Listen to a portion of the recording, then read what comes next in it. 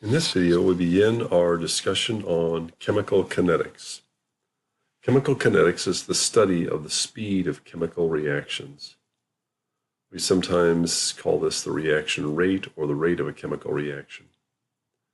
We'll also look at mechanisms and details of chemical reactions. In our first video, we're going to look at how we express reaction rate and what the basic factors are that affect chemical reaction rates. Then we'll look at the basic mathematical formalisms for expressing reaction rates, rate laws, and integrated rate equations. In our next video, then, we'll look at some theoretical models for explaining the observed rate laws and their principles. We'll look at reaction mechanisms, which are detailed step-by-step processes by which chemical reactions occur. And we'll finish up with a discussion of catalysts. The reaction rate is the speed of a chemical reaction. Chemical kinetics is the study of these reaction rates and the various factors that affect them. We express reaction rate as the change in concentration of reactants or products as a function of time. Reactions can occur over a very wide range of potential reaction rates. Combustion reactions and detonations and explosions are reactions that proceed very rapidly. Other things that go much more slowly would be things like food spoiling. That is a chemical process as well. How a chemical reaction proceeds depends on the presence of catalysts, as we'll see later on, and food consumption is a classic case of this, which we'll discuss in our next video. The general factors that influence chemical reaction rate start off with the basic principle that particles must collide in order for them to react. So if we're going to form a chemical bond, which is the necessity for a chemical reaction to occur, the two atoms are going to have to come in close proximity. If they're not in proximity, they will not have a chemical bond and they will not react. Thus, the higher the concentration of reactants in general, the greater the reaction rate. So if we have a higher concentration, we have more collisions, we're going to have a faster reaction. Correspondingly, the physical state of a reactant also influences the reaction rate, and the picture shown on the right-hand side of the slide shows this. Iron can react in air and it oxidizes. At high temperature, iron can oxidize very rapidly. But like concentration effects, physical state effects can change this. So if we have a solid nail, most of the atoms are in the interior and cannot react with the air. And so the upper picture shows an iron nail that's heated up to high temperature. And it glows because it's reacting, but it's a slow reaction. If we take steel wool or finely divided iron or micron scale iron, which is sometimes called pyrophoric iron, there's a much higher surface area. Many more iron atoms can be contacted with oxygen, and so the reaction will proceed much more rapidly. Another key factor that influences reaction rate is temperature. In general, higher temperatures result in higher reaction rates. And that's due to two factors. Higher temperature particles or higher temperature materials have more energy, so that they are moving faster. They can collide more often to react. And when they do collide, they're more energetic collisions, and we'll see later on why that accelerates the reaction rate. The way we express the reaction rate is shown here.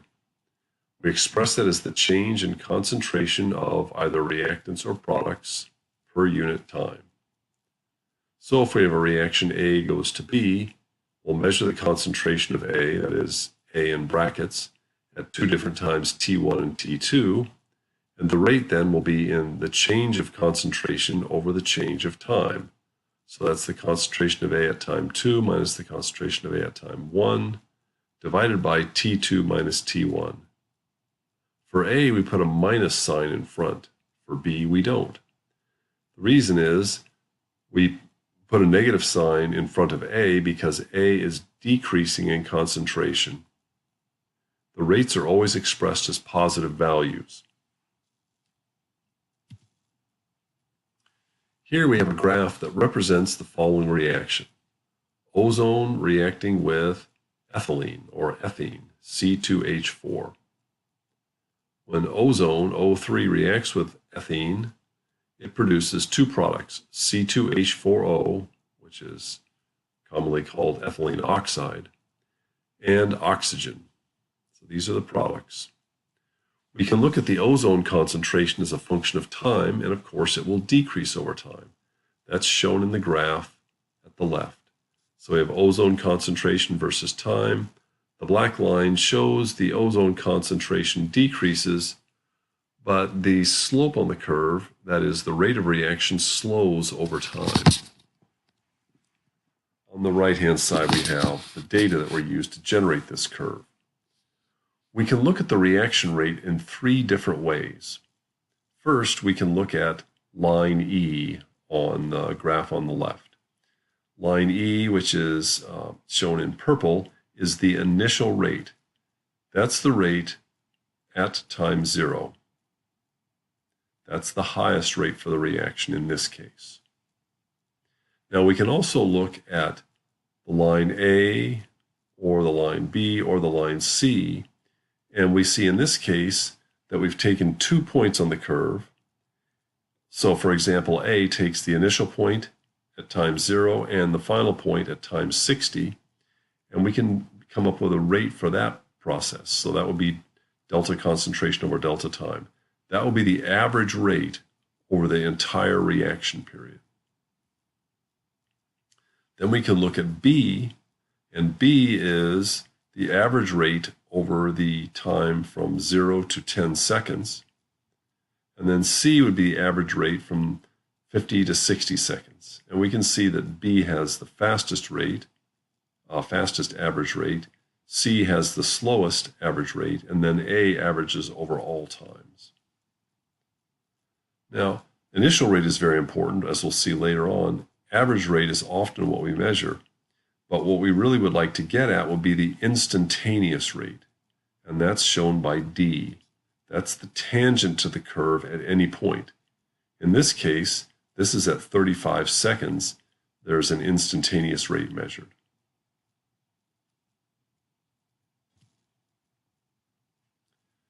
Here we continue looking at this reaction, and we can plot the reactant and the product as a function of time. So on the right-hand side, we have a graph of concentration versus time. You can see that ethene goes down just like ozone went down, but oxygen goes up. Oxygen is a product in this case. We see that oxygen concentration increases just as fast as the ethylene concentration decreases. And that's due to the 1-to-1 reactant to product molar ratio in this reaction. So there are stoichiometric coefficients of 1 in front of all the reactants and products. So in this case, the rate can be expressed in terms of the reactants. So this could be minus the concentration of ethylene, change in concentration of ethylene per change in time, or minus the concentration of ozone per change in time. We can also express this in terms of the products. The rate would be equal to the change in C2H4 concentration over change in time, or the change in oxygen concentration per change in time. Notice the reactants have a negative value and the products do not. So all the rates are positive. What happens when we have a reaction that produces things that are not in a 1-to-1 reactant product ratio? Well, here we see the reaction of gaseous hydrogen with gaseous iodine to produce 2 molecules of hydrogen iodide. We see that the hydrogen iodide concentration increases twice as fast as the hydrogen concentration decreases, or the iodine concentration decreases as well. And this is due to the 1-to-2 reactant to product ratio. Thus, you can see on the right-hand side the hydrogen concentration decreases, but the hydrogen iodide concentration increases faster because of the factor of 2. So the rate for the reaction then can be expressed as minus the concentration of hydrogen per time, or minus the change in concentration of iodine per time, or 1/2 of the change in concentration of hydrogen iodide per change in time. Now, equivalently, you could put values of 2 in front of the reactants and a value of 1 in front of the products. These are just simply different ways of expressing the reaction rate. We need to be clear how we express rate, but both of these give us the same picture and the same information on this reaction. So now we have a general form for our equation. So if we have A moles of A react with B moles of B to produce C moles of C and D moles of D, where the small letters are the stoichiometric coefficients, the rate can be expressed as follows. And the 3 stars here indicate that this is an equation that you should remember because this is the way we express rate, and you should know this. So in this case, it's minus 1 over the stoichiometric coefficients times the change in concentration of the reactants per time, or it's 1 over the stoichiometric coefficients times the change in products over change in time. Now we know how to express reaction rates. And reaction rates will depend on concentration and temperature and other factors sometimes, including the presence of different solvents or catalysts or other things. So what we really want to get at is something called a rate law. So for the general reaction we just looked at on the last slide, with A, B, C, and D reacting and being produced, we can write what we call a rate law. And a rate law says that the rate will be equal to a constant times the concentrations of the reactants to some powers. So in this case, it would be K times the concentration of A to the power M times the concentration of B to the power N. This is a general rate law. You should know this because we'll actually be using rate laws quite a bit. K has a special term. It's called a rate constant. A rate constant is, just like it says, a constant for a given reaction at a given temperature.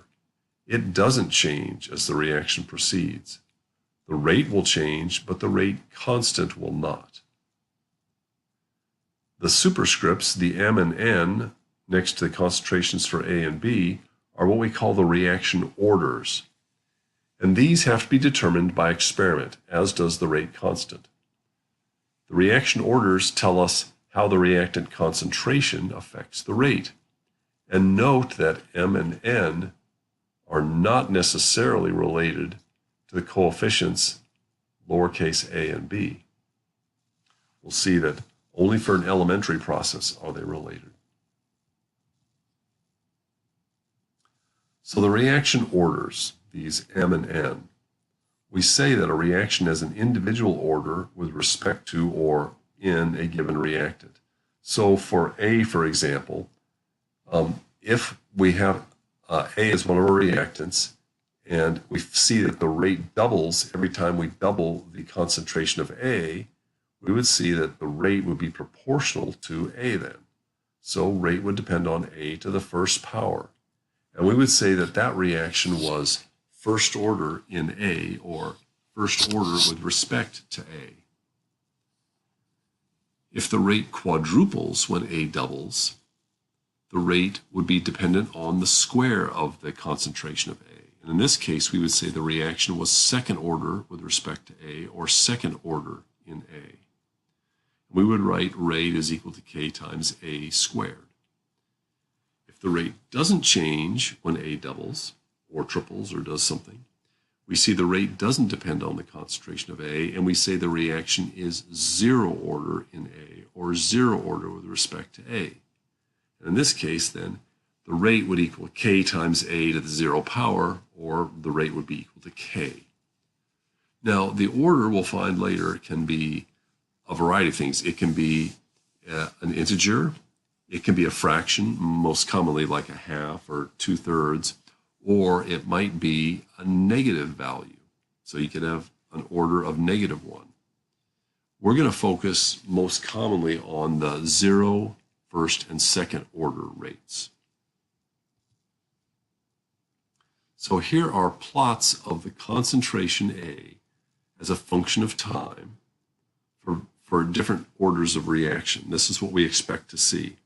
So this is similar to what we looked at earlier for the reaction of ozone with ethene or something like that.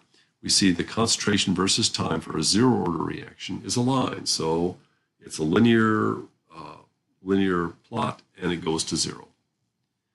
We can see the first order and second order reactions curve such that the reaction rate, which is the slope of this curve, decreases over time.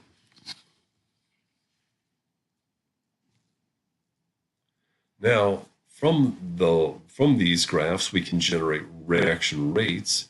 So for the 0-order process, since the concentration versus time is linear, that tells us that the 0-order reaction is a constant rate as a function of time. But since the other one's curved, we see that the order, the rate actually changes with concentration. And so for first order, we see the rate is a linear function of concentration, and the second order is a quadratic function as a function of concentration.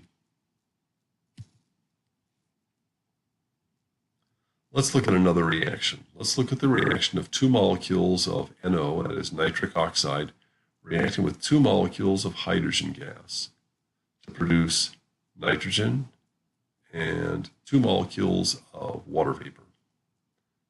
We find out that from experiment, the rate law for this reaction is equal to K, that is the rate constant, times the concentration of nitric oxide squared times the concentration of hydrogen. The reaction then, we would say, is second order with respect to NO, first order with respect to hydrogen, and third order overall. We simply add the 2 plus the 1 to give 3, so it's third order overall. The reaction is first order with respect to hydrogen, even though the coefficient for hydrogen in the balanced equation is 2. So this is a case where we see that the stoichiometric coefficients don't always tell us what the reaction orders will be. The reaction orders have to be determined from experiment. We can't deduce them from the balanced equation. So in general, for a reaction of A and B going to produce C and D, the rate law will generally have the form rate is equal to K times the concentration of A to some power times the concentration of B to some power, where M and N are the orders that we determined from experiment with respect to A and B respectively, and then the overall order would be M plus N. Now let's see how we determine orders for reaction. So here we're going to look at A and B, and we have 4 experiments. For these 4 experiments, we measure the initial rate using some technique. And in each of these cases, we know what our initial concentrations of A and B are. So in experiment 1, you can see that we have a value for the rate, and we have concentration for A and concentration for B. In experiment 2, we've kept the concentration of component B the same, but we've doubled the concentration of A from 2.5 to 5 times 10 to the minus 2 mole per liter. In this case, we can see the effect on the rate. The rate doubles, and that's going to lead us to an understanding that the order with respect to A is 1. We double the concentration, we double the rate. Now we can take experiments 1 and 3. Here we're keeping the concentration of A constant. We're doubling the concentration of B, and in this case, we double the initial rate. So that's going to help us to see that it's first order with respect to B. So to find the order for A, that is M, we compare experiments 1 and 2. We write the rate for 2 divided by the rate for 1. And we take the rate law for 2 divided by the rate law for 1. We can see our rate constants are the same since the temperatures are the same. And then B has remained constant, so we can cancel that out. So we can see that the concentration of A in experiment 2 to the m power divided by the concentration of A in experiment 1 to the m power can be rewritten. And we see that m falls out to be 1 in this case. That becomes easy. We can do the same thing with B. B falls out quite nicely as well. It has an order of 1 similarly. So we can cancel our rate constants and A from rate 3 to rate 1.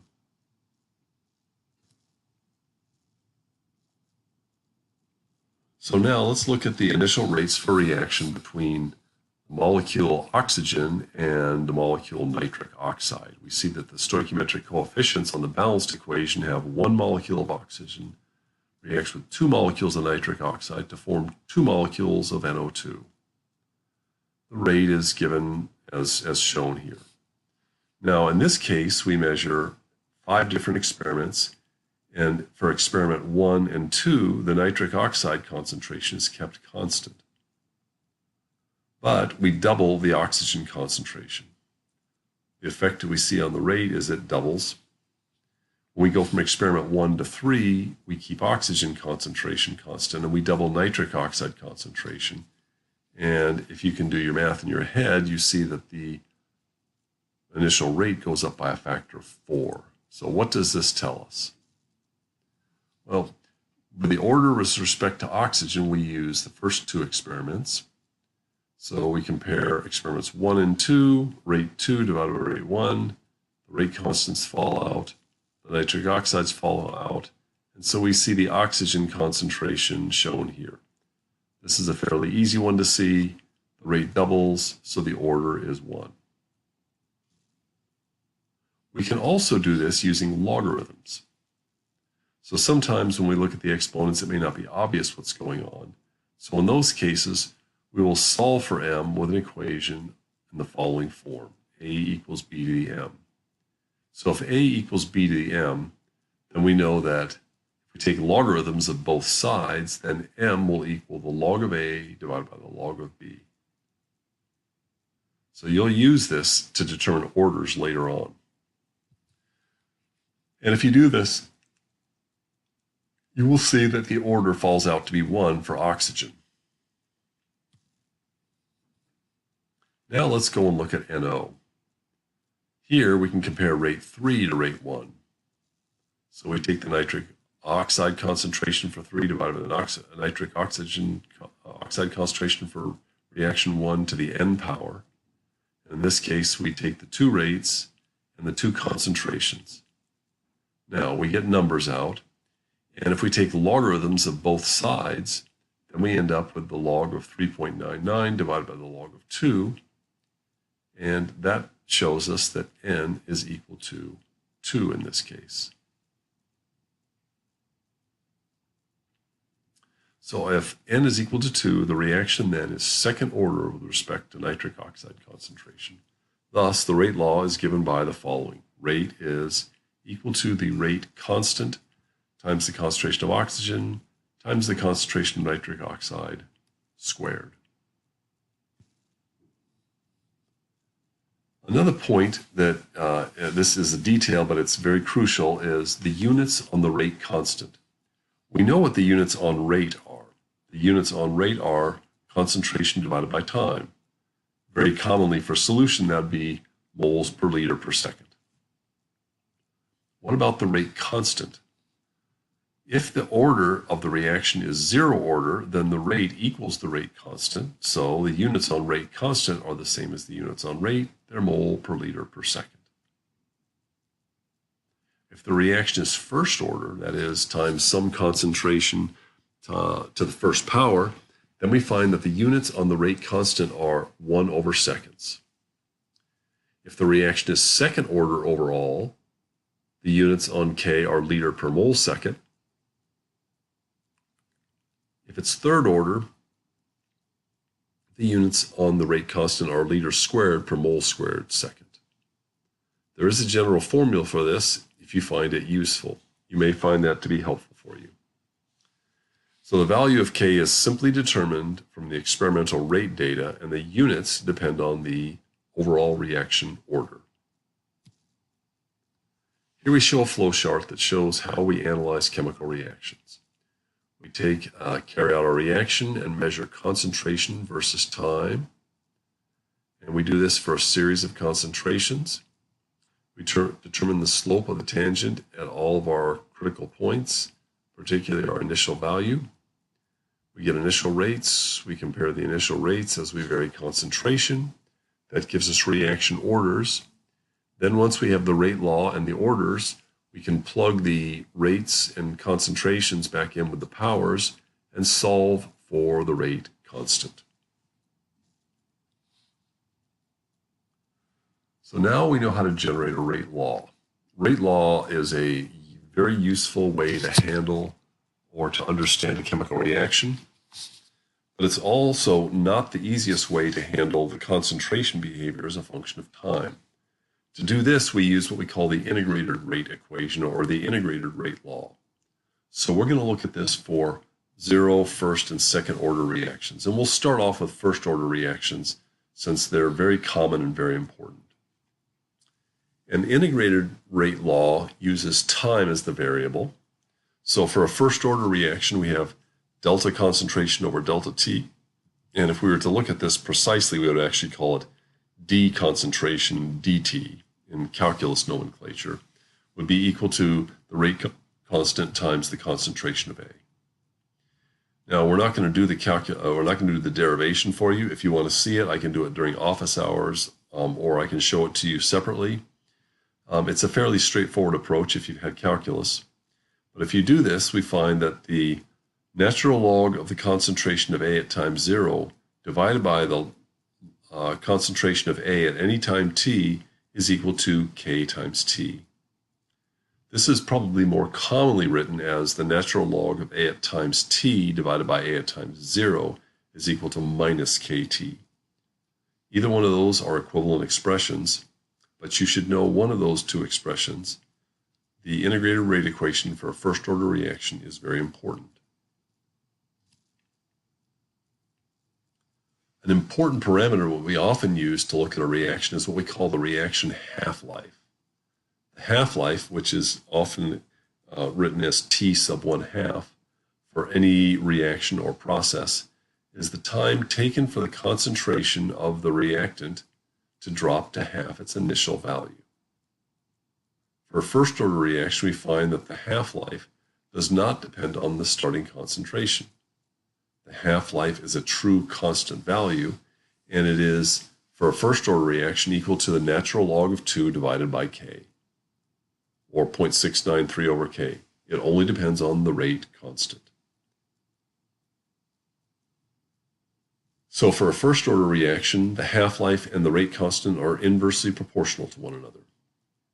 And radioactive decay, which is very important in geological studies, in determining ages for materials, or for isotope tracing in biomedical applications or biochemical applications.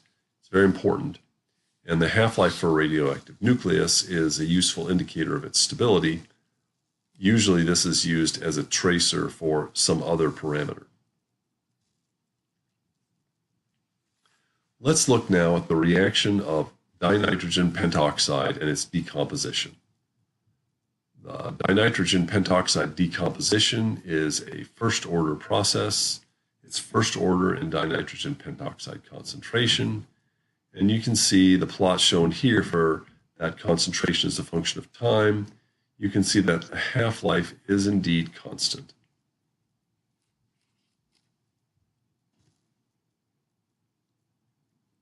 Let's look at second order reactions. The integrated rate equation is based on our rate law. So the rate law is K times A squared. And if we do some simple calculus on this, we see that the integrated rate equation for this is 1 over the concentration of A at times T minus the 1 over the concentration of A at times 0 is equal to K times T.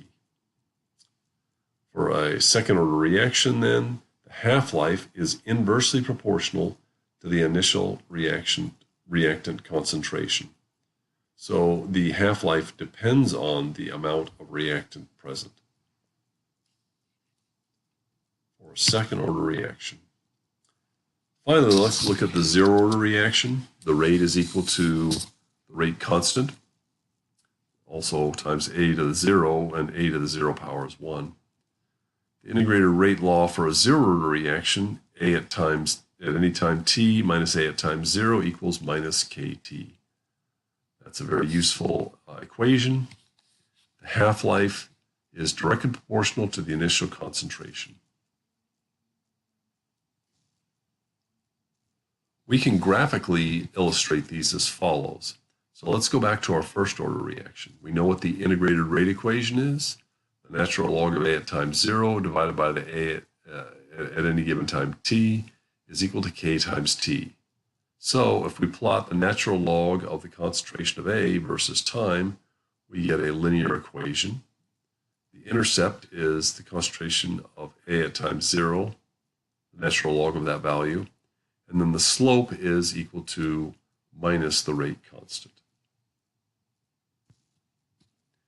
If the reaction is second order, we plot 1 over the concentration versus time to produce a linear equation, and the slope in this case is equal to the rate constant, and the intercept is 1 over the concentration of A at times 0. For a zero order reaction, we simply plot concentration versus time, and the slope is equal to minus the rate constant. Here we can do a graphical representation for the decomposition of dinitrogen pentoxide. So we can see that we have time, and then we have concentration of N2O5, or the natural log of concentration, or 1 over the concentration. And if we plot all three of these, we see that the only one that is linear is first order. So since that is the one that's linear, that tells us that this reaction is first order.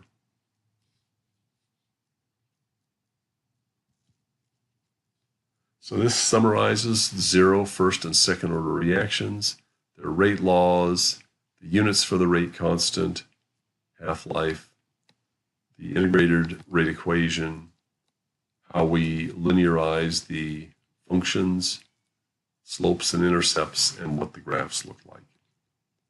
So these are worth looking through to give yourself a picture in your head of what each of these types of reactions looks like.